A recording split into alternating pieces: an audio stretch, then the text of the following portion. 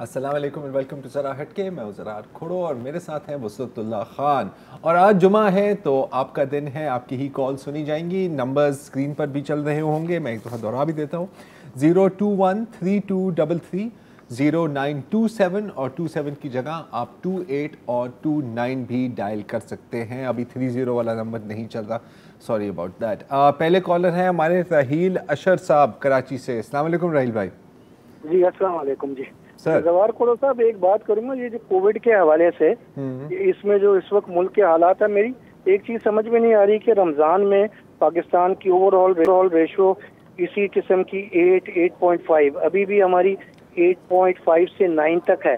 उस वक्त हमारे एनसीओसी के असद उमर और वो जो फैसल सुल्तान साहब थे, उन्होंने गवर्नमेंट को प्रेशराइज किया कि जी ईद के दिनों में, मतलब जो 8 मई से लेकर 16 मई तक सारा मुल्क में छुट्टी दे दी थी और वो था, तो उसकी वजह से आए। अब ये क्यों नहीं करे? दूसरी चीज जो मुझे आ रही है, जो मेरा मेन सवाल है आप लोगों से, वो ये है कि मेरे तकरीबन 45 के करीब मिलने वाले रिश्तेदार हैं जिन्होंने दोनों डोज लगाई थी, वो अफेक्टेड हैं। पर उसमें सबसे जो तशवीशनाक बात है, उसमें 15 लोग वो हैं जो ऑक्सीजन पे हैं, हॉस्पिटल में हैं और काफी सीरियस कंडीशन में हैं।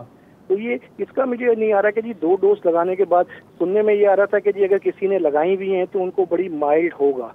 पर ये जो मेरे बहुत करीबी रिश्तेदार हैं, मिलने वाले हैं, उन्होंने तो दोनों डोज लगाई, पर they are on very critical condition.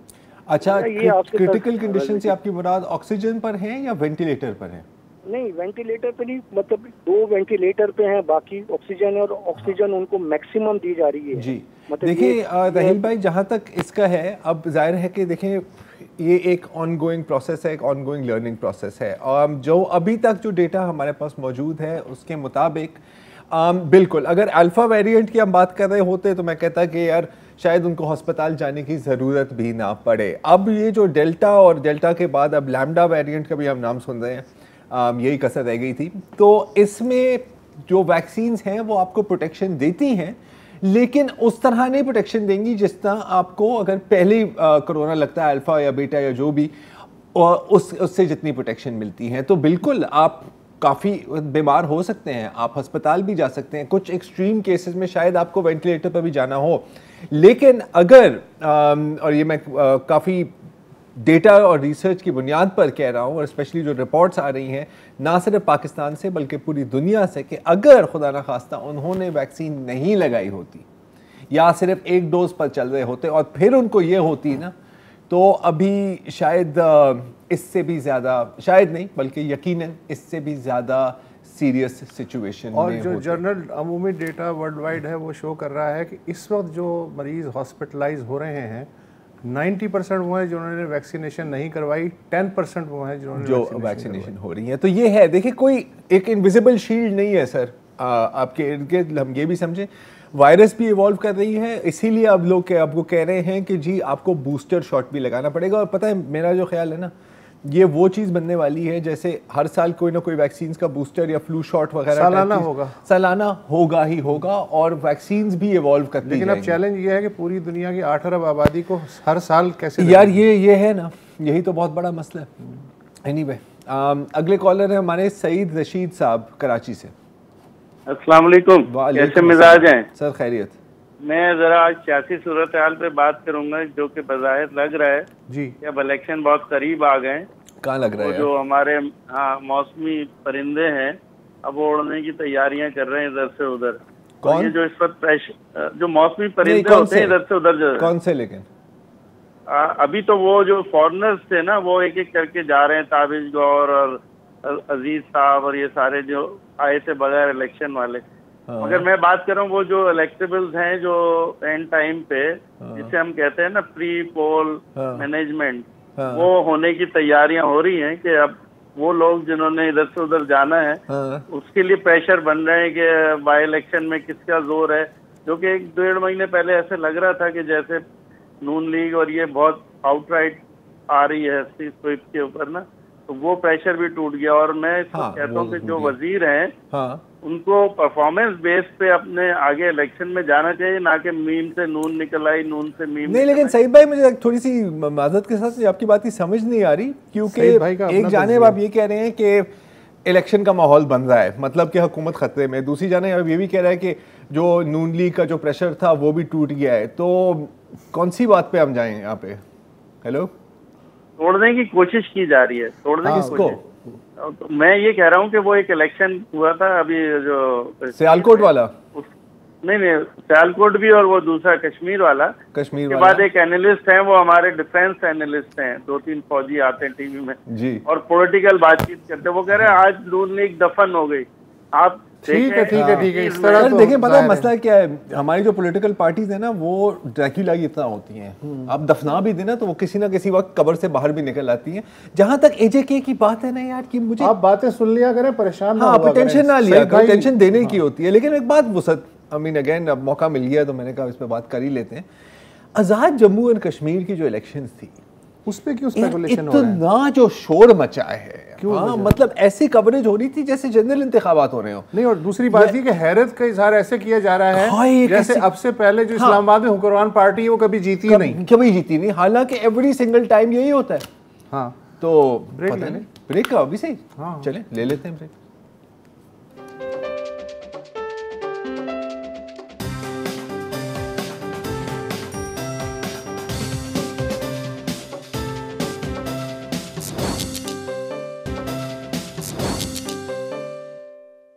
Welcome back. और हमारे अगले कॉलर हैं कामरान अली नवाबशाह से। कामरान भाई, आप कहाँ रहे इतने हफ्तों से? मैं आपको बहुत मिस कर रहा था। मजाक के अलावा आपकी लंबी उम्र है। अभी 2 मिनट पहले वसत और मैं आपकी भी बात कर रहे थे कि पता नहीं कहाँ कामरान भाई गुम हो गए हैं।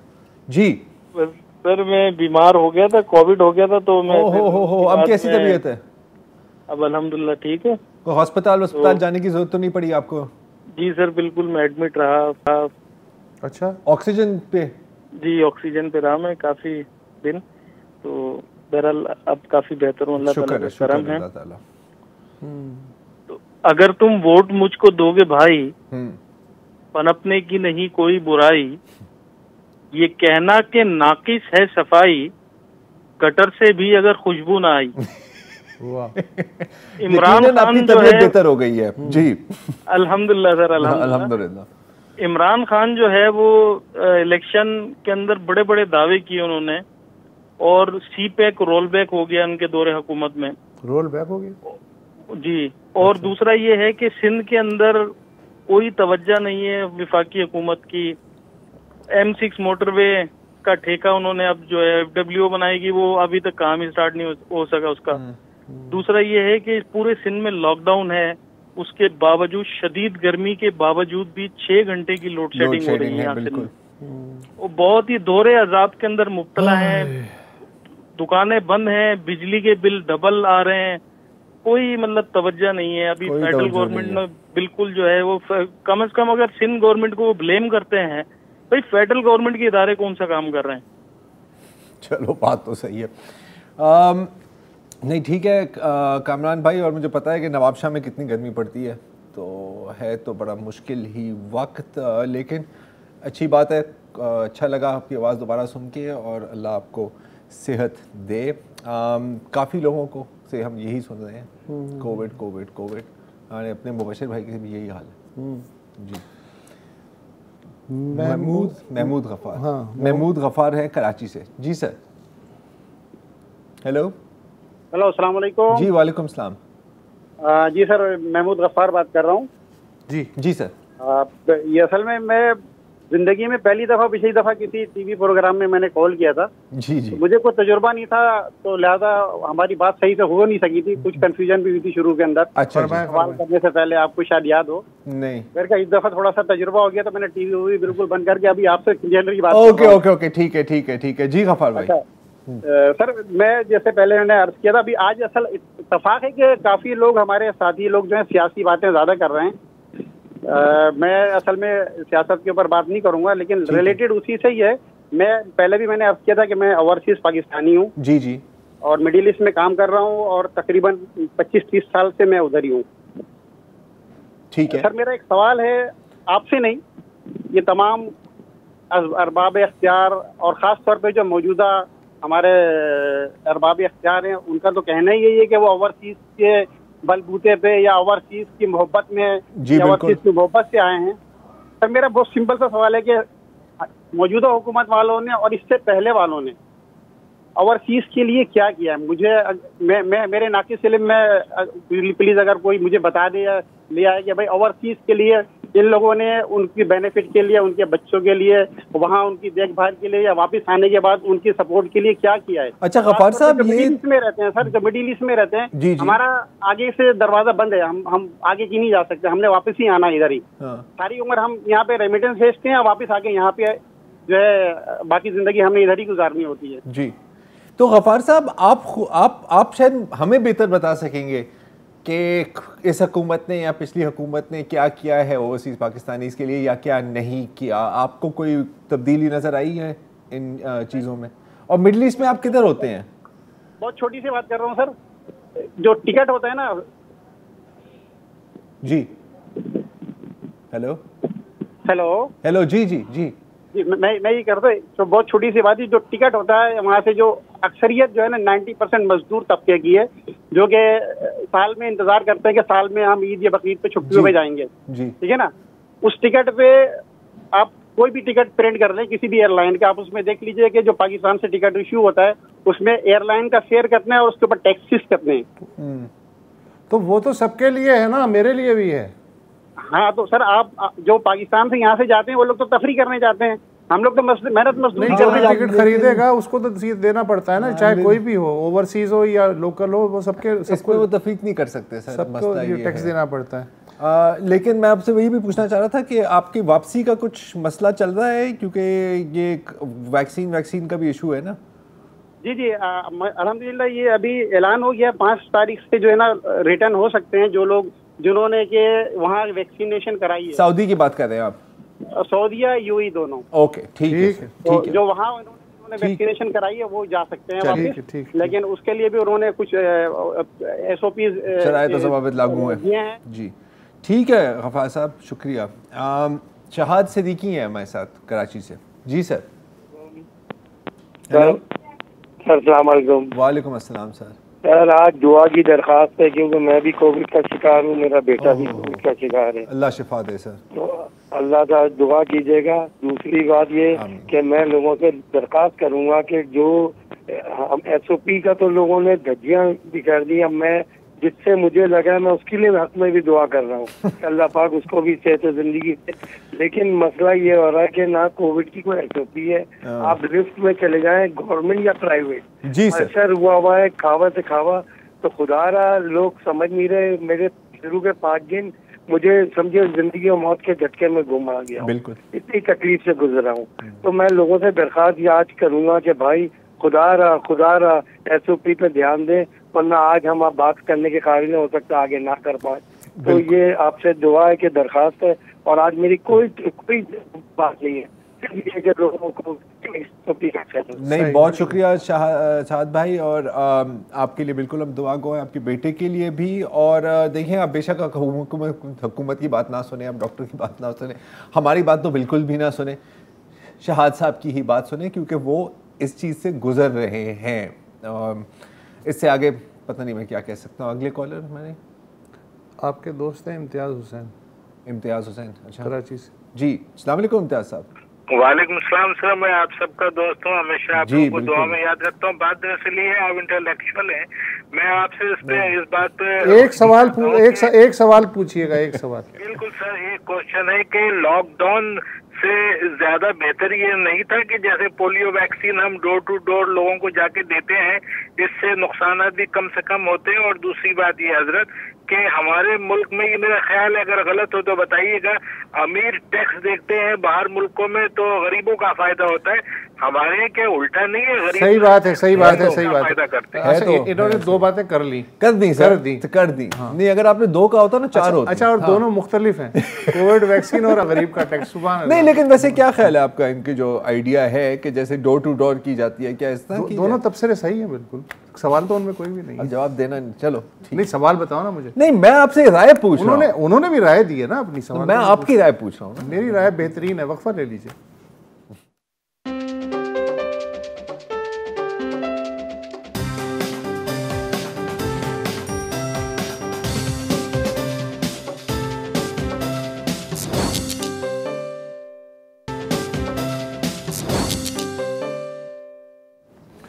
Welcome back. मोहम्मद रेहान साहब हैं कराची से। जी भाई। वालेकुम रहमतुल्लाहि व बरकातुहू। खैरियत से आप लोग? ठीक? बिल्कुल सर, आप सुनाएं।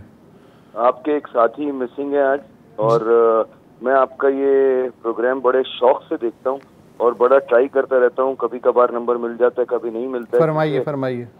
आप तीन लोग बड़ी डिसेंसी से प्रोग्राम करते हैं। मेरे तीन स्टेटमेंट्स ले लें वसीतुल्लाह साहब, माजत के साथ। तो एक सवाल नहीं है, 2-3 स्टेटमेंट्स हैं मेरे, और उस पर आप रोशनी डालिए। ठीक है, पहला ये अच्छी बात है ना, पहले से कह रहे हैं। हाँ जी। पहला ये है सर कि इमरान साहब कब गवर्नेंस पे तवज्जो देंगे? ठीक है, कब वो वक्त आएगा? 3 साल गुजर चुके। पहला ये हो गया, पहला ये हो गया, 2 साल रह गए। करने तो दो ना यार। नहीं हो गया ना सर बड़ी मेहरबानी, बड़ी मुश्किल से कॉल लगी। जी वही ना। ठीक है जी। तो कब वो तवज्जो देंगे? हर चीज की प्राइस बढ़ चुकी, कोई गवर्नेंस नहीं है सर, सब बर्बादी की तरफ जा रहा है। दूसरा ये सर, वो जो कह रहे हैं बैठ के कि जी हमने इस तरह ऐसा SOPs और फला और ये कर दिया वो कर दिया, जिसकी वजह से जो है वो रेट कम है, और पाकिस्तान के अंदर ये हालात बुरे नहीं हुए इंडिया और इंडोनेशिया की तरह से। तो उनसे गुजारिश भी ये है, और एक छोटा सा स्टेटमेंट ये है कि ये उन्होंने कुछ नहीं किया सर। मैं पूरे पाकिस्तान में ट्रेवल करता हूँ, I have been associated with the pharmaceutical industry. पूरे पाकिस्तान में सर, इंटीरियर सिंध में मेरा जाना होता है सर, किसी जगह भी कोई SOP फॉलो नहीं होती, कहीं पे भी। वहां मास्क का तस्वुर ही नहीं है सर। अभी दादू से लेके उमरकोट से लेके रहीम यार खान से लेके लाड़काना से लेके सर, कहीं पे भी मास्क का वो नहीं कॉन्सेप्ट है। ये सब अल्लाह का करम हुआ है सर, हम लोग बचे हुए हैं। ये अल्लाह की मेहरबानी है सर। हम जितना सिजदे में सर ना उठाए उतना ही कम है, ये अल्लाह की मेहरबानी है। तीसरा सर ये कि ये बिलावल साहब जो है बहुत कहते रहते हैं बैठ के, हमने ये कर दिया, सिंध में ये कर दिया, हमने कराची में ये कर दिया, हमने वो कर दिया। सर तो इस पर भी जरा रोशनी डालिएगा। बुरा हाल है कराची का। पहले लाड़काना और नवाबशाह और मीरपुर खास तो सही कर ले, उसके बाद कराची सही करें। उधर का जिन हलकों से इनका गढ़ है, जहाँ पे इनकी बादशाहत कायम है, वहां का ये हाल है। और इतनी ढिठाई से सर, और इतनी बेशर्मी से बैठकर बोलते हैं कि जी हम ये कर रहे हैं, हम वो कर रहे हैं। इतना बुरा हाल है सर। मतलब और कुछ ना देखें तो आप सिर्फ वो जो लड़काना में जो HIV की सिचुएशन हुई थी, आप वो ही देख लें। रेहान भाई, जवाब आपको भी पता है, हालांकि ये स्टेटमेंट्स हैं ज़्यादा, मुझे पता है, आपने पहले भी कहा था। जवाब आपको भी पता है कि यार बस बातें करवा लो, सबसे बातें करवा लो, और ऐसे ही चलता रहेगा। और इसमें मतलब मजीद मैं तो कुछ इजाफा नहीं कर सकता। हो सकता है हैदराबाद से मोहम्मद तुफैल साहब कुछ मुख्तलिफ बात बताएं। मुश्किल है। मोहम्मद तुफैल साहब, हेलो। आपका टीवी भी चल रहा है भाईजान, लग रहा है। हाँ तो जी तुफैल भाई जी, तो आप कौन बात कर रहे हैं? जी आपने कहाँ कॉल मिलाई है? जी आपने कहाँ कॉल मिलाई है? ये मैकडॉनल्ड्स का नंबर है। ये डान न्यूज़ में मिलाई है। जी हम ही बात कर रहे हैं। अच्छा सर जी, सवाल ये था, सवाल इतना खतरनाक नहीं है, छोटा सा नन्हा का सवाल है। जी मैं ये कह रहा हूँ, खान साहब को इतने साल हो गए, खान साहब को ये चीज कहनी थी कि यहाँ जो सरकारी महकमों में गवर्नमेंट के मुलाजिम लगे हुए हैं, इनकी उम्रें माशाल्लाह 70 साल के भी हो गए, 75 के भी हो गए, कोई 60 का नहीं हो रहा। तो खान साहब को भी इस चीज का इल्म ही नहीं है। उनके मुंह के बेचारों के दांत भी निकल गए, काला कोला सर में, काला कोला दाढ़ी पे, मूछों पे, सब जगह काले कोले लगा के बैठे हुए। तो इनको कम से कम 60 साल का करके रिटायर करके उनके बच्चों को रोजगार दे दें, ताकि वो बच्चा आ जाए उनका, ये बच्चा आ जाए उनका, और उसकी नौकरी बन जाए। अब वो बेटा जब 40 साल का हो रहा है, आप रिटायर ही नहीं हो रहा, आप बताएं। तो दूसरा, खान साहब ने एक बड़ा वो किया कि 2 साल पहले 2000 रुपए पेंशन में EOBI में बढ़ाए थे। अगर खान साहब को फुर्सत मिले, एक तरफ नजरसानी कर ले, तो उसमें भी 2-3 हज़ार बढ़ा दे। ये इक़्तिदार का पता नहीं सुबह है शाम नहीं है, समझे ना। खाली हजरत अली के कोल और कोल फैलाने से मसला नहीं हल होगा, असल में काम करके दिखा दे। हमने भी खान साहब को वोट दिया था, मगर कोई रिजल्ट आया नहीं था जी, समझे ना। जरा साहब कोई रिजल्ट नहीं आया। बस देख रहे हैं, बड़े साहब भी देखें आपके साथ बैठे हैं हाथ बांध के, उनको भी मुझे लगता है मायूसी नजर आ रही है, वो भी मायूसी हुए हैं, कुछ भी नहीं है।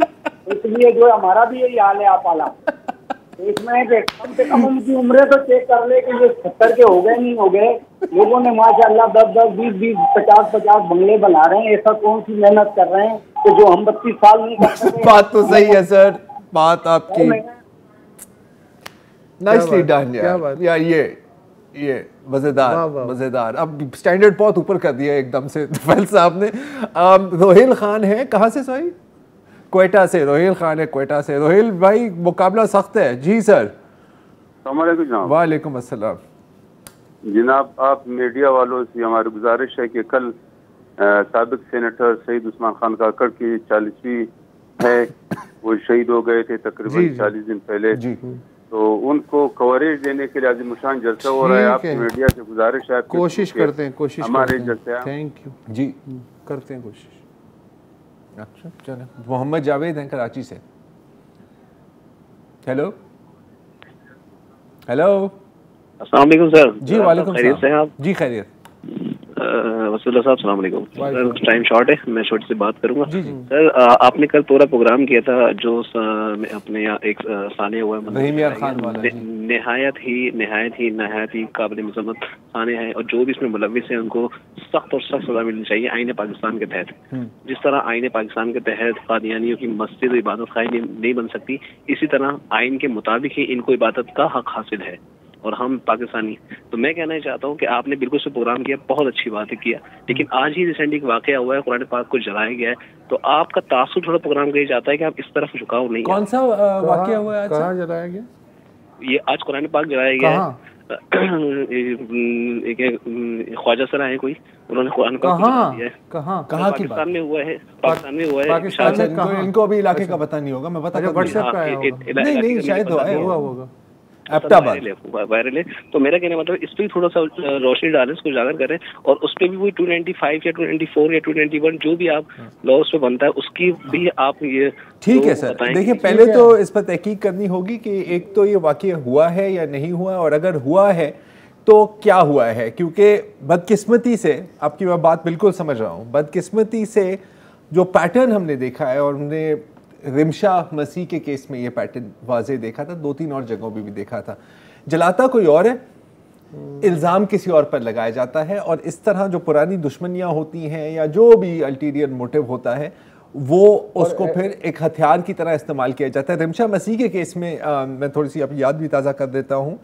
एक छोटी सी लड़की थी जिसका ज़हनी तवाज़ुन भी शायद न सही नहीं था, उस पर इल्ज़ाम लगाया गया कि उसने कुरान के कुछ सफ़ों को जलाया है। बाद में पता है क्या पता लगा कि जिन इमाम साहब ने पर्चा काटा था उन्होंने खुद जलाए थे। अच्छा, इमाम साहब अभी आराम से घूम रहे हैं, उनके ऊपर कोई पर्चे वर्चे नहीं हुए, हालांकि जैसे आपने बिल्कुल दुरुस्त फरमाया है ये 295 का केस बनता है, ये हम में से कोई ऐसी चीज़ को बर्दाश्त नहीं कर सकता।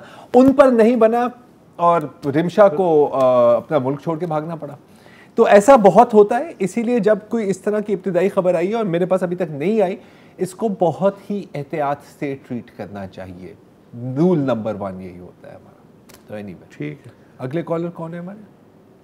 आतिफ मुर्तज़ा साहब इस्लामाबाद से। अस्सलाम वालेकुम आतिफ साहब। वालेकुम सलाम। जनाब मैंने एक आपसे गिला करना है। दो करने पैदा हुआ है ना, तो होश संभाला है तो डॉन अखबार घर में आते हुए देखा है। जी। और बड़ी रिस्पेक्ट रही है इदारे की, न्यूज़पेपर की और आपके चैनल की, लेकिन highly disappointed in the case of Noor Mukadam. Okay. Dawn अखबार को 1 वीक लगा है टू गिव द डिटेल कि जी जो जाहिर जाफर है उसके पेरेंट्स कौन है। उस 1 हफ्ते के बीच में सिर्फ इस चीज से काम चलाया गया है कि जी कराची के एक बिजनेस टाइकून है। Where on the other hand Noor Muqaddam का पूरी डिटेल कि उसके वाले साहब किधर हैं, कौन है, किस जगह पे तफसीर रह चुके हुए हैं, वो सारी डिटेल, हालांकि एथिकली विक्टिम की डिटेल छुपाई जाती है और एक यूज की 1 हफ्ता कह रहे हैं आप?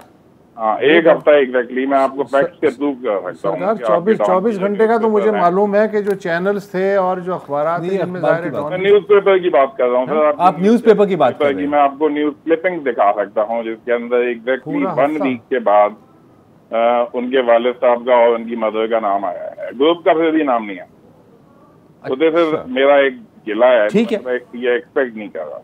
ठीक है, वैसे इसमें आतिफ साहब, अगर आपने वाकई ये कंप्लेंट डालनी है और अगर आपको ये फील हो रहा है तो आपको डालनी चाहिए। तो उसी अखबार के अंदर एक ऑम्बुड्समैन है, मेरे ख्याल शायद साहब है, मुझे नाम अब याद नहीं है, उनकी भी एक ईमेल है और वो हमेशा रिस्पॉन्ड करते हैं जब इस तरह की कोई कंप्लेंट उनको की जाती है। और अगर आप लॉन्ग टाइम रीडर नहीं भी हैं और आपको ये बात लगी कि ऐसा ही हुआ है और आपके पास स्क्रीनशॉट्स वगैरह, क्लिपिंग्स वगैरह हैं, तो आप बेशक, और मैं इनकरेज करूँगा कि आप उनको ईमेल करें और जो आपकी फीलिंग्स हैं उनको आप उन तक पहुंचाएं। वो चेक करके आपको हकीकत बता देंगे। हाँ, और अगर ऐसा है तो ऐसा बिल्कुल जाहिर है ऐसा नहीं होना चाहिए। एक वक्फा लें।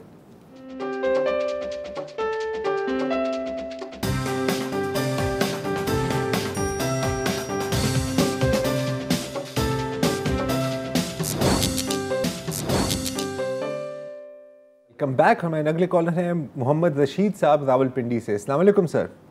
वालेकुम जी सर। सर जी, मेरा एक छोटा सा सवाल है। हमने तो कंटेनर पर जो वादे भाई सारे सुने थे, तो हमने कहा चले नया पाकिस्तान है, इसमें हमने वोटें भी दी और ये इनको मौका मिला हुकूमत करने का। अब ये जब भी आते हैं तो वो पिछले ये खा के, पिछले वो करके, वो करके, वो खा के दफा हो गए। आप क्या कर रहे हैं? मैं एक मिसाल देता हूँ सर जी। ये लंगर खाने बना रहे हैं, ये कह रहे हैं जी हम इतने नौजवानों को कर्जे दें। नौजवानों को क्या ये जो है भिखारी बना रहे हैं? लंगर खाने ये खोल के भिखारी बना रहे हैं। मैं एक बात करता हूँ, सिर्फ मेरा एक सवाल है कि बड़े बड़े, मैं एक अदारे से रिटायर हुआ हूँ जो प्रॉफिट अदारा है और मेरी 42 साल सर्विस है सर। इस वक्त 8000 आदमी रिटायर हो चुके हैं जी, और भर्ती एक भी नहीं हुआ। ये जो भी हुकूमत आती है वो सियासी वहाँ उस महकमे से पैसे लेकर बलूचिस्तान के लोगों को देते हैं और सियासी मकासद पूरे करते हैं। कौन सा इदारा है सर ये ऑयल एंड गैस है, डेवलपमेंट कॉर्पोरेशन। ओके, ठीक है सर। OGDC। और ये मतलब सबसे जो एक काबल, ये यानी जबरदस्त, हमने बड़े बड़े जंगलों में बड़े बड़े दूर काम किए, बड़े लोग शहीद हुए, बड़े लोग पानियों में बह गए। अब बात यह है कि अगर हम कहते हैं कोई लंगर खाने की जरूरत नहीं, कोई कर्जे की जरूरत नहीं, लोगों को खाली रोजगार दें, ये तो है, जो वैकेंसियां खाली हैं उनको पुर करें। हमारे एग्रीमेंट में भी ये है कि जो रिटायर होगा उसके बच्चों को भी रोजगार दिया जाएगा। 8000 आदमी रिटायर हो चुके हैं, भर्ती एक भी नहीं हो रही। लंगर खानों की जरूरत ही नहीं है। जब आदमी को मुलाजमत मिलेगी, उसको तनख्वाह मिलेगी, उसे ना महंगाई नजर आएगी और ना उसे कर्जा लेने की जरूरत है। ये मेरा सिर्फ एक ही सवाल है कि लोगों को हर महकमे तबाह बर्बाद किए जा रहे हैं। उन महकमों में जहाँ रिटायर हो रहे हैं, जहाँ वैकेंसियां खाली हो रही हैं, वहाँ भर्ती करें। और दूसरी सिर्फ एक मिसाल देता हूँ, ये कहते हैं करप्शन नहीं हो रहा। अभी नायब तहसीलदारों की वैकेंसियां आई हैं, एक एप्लीकेशन के साथ उन्होंने कहा कि 1000 जो है वो फीस है। मेरे बेटे ने भी अप्लाई किया, वो 1000 के साथ 5 लाख जो है ना वो एप्लीकेशन गई है। अब 5 लाख को जरब 1000 से जरब दें, कितना पैसा बनता है? वो पैसा किधर गया? वो नीचे बैठे खा के। ये किसी को पकड़ नहीं सकते। बड़े बड़े तरीके हैं लोगों को खाने के। मेरा ये नहीं, सही बात है सर, सही बात, सही बेशक। मिसेस मुमताज कुरैशी हैं कराची से। जी अस्सलाम वालेकुम। मेरे भाइयों, कैसे हैं आप लोग? अल्हम्दुलिल्लाह जी, आप सुनाएं। काफी दिनों बाद आपसे बात हो रही है। जी जी। भाई क्या करें, महंगाई में ऐसे पिस गए हैं। आप यकीन जाने अपनी रोटियां भी बाजुकत नौकरों को दिल करता है कि इनको कहेंगे रोटी कम खाए। समझ नहीं आता महंगाई। और सारा दिन टीवी की इब्तिदा होती है नवाज शरीफ की, इंतहा होती है नवाज शरीफ की, गालियां नवाज शरीफ की। सब कुछ खुदा का खौफ करे। इतने मशीर सिर्फ नवाज शरीफ के लिए रखे हुए, सिर्फ नवाज शरीफ को गालियां देने के लिए। मुझे तो समझ नहीं आता। नहीं, आसान काम है ना सर, करेंगे, आसान काम होता है। क्या करेंगे ये लोग, क्या करेंगे ये लोग? ईमान से खुदा की कसम लोग तड़प रहे हैं दवाइयों के लिए। मैं 80 साल की औरत हूँ और मुझे इतने तकलीफ होती है जब मैं दवाई लेने जाती हूँ, डॉक्टर की फीस देने जाती हूँ। हर दवाई जो कि 500 रुपए की थी वो 1,500 की। कहाँ से हम लोग ले? हम कहाँ से रिटायर बंदे लें? ये हमारे रिटायर हैं, हम रिटायर है, बच्चों से मांगते भी शर्म आती है कि क्या सारा दिन उनसे मांगते रहो कि हमें दे। आप मुझे बताइए क्या करें, कहाँ जाएं? अल्लाह ताला खुदा का खौफ करे, कुछ ना कुछ अल्लाह ताला से दुआ करते हैं कि अल्लाह ताला कुछ हम पर रहम कर, रहम कर, रहम कर। जी, और एक चीज और पूछनी है, फिरदौस आशिक इक़्तिदार का क्या होगा? मुझे तो समझ नहीं आता वो कहाँ जाएगी बेचारी। फिरदौस आशिक इक़्तिदार वो उनकी फिक्र ना करें, वो ऐसे मजे से अगले सेटअप में फिट होंगी कि आप देखती रह जाएंगे। अगले सेटअप क्या मतलब 2-3 हफ्ते दे दें सर, हाँ महीना दे दें, 2 महीने मैक्सिमम, वो कहीं फिट हो जाएंगी। लेकिन आपने जो बाकी बातें की ये अच्छा कभी कभी जुमे की एक थीम बन जाती है। आज की थीम यही है, गवर्नेंस। और लोग तंग आ गए हैं और लोग अब ये जो टे तू चोर, तू डाकू, तूने खा लिया, तूने नहीं खाया, अब इसकी रेटिंग नहीं आ रही। इसकी रेटिंग नहीं आ रही। 2 साल है, देख लें सर। नसीम इकबाल हैं, कहाँ से? कराची से। अस्सलाम वालेकुम जी। हेलो चले गए प्रोड्यूसर साहब, मेरा ख्याल है नसीम इकबाल साहब नहीं हैं। मोहम्मद अली हैं इस्लामाबाद से। अस्सलाम वालेकुम जी। अस्सलाम वालेकुम सर।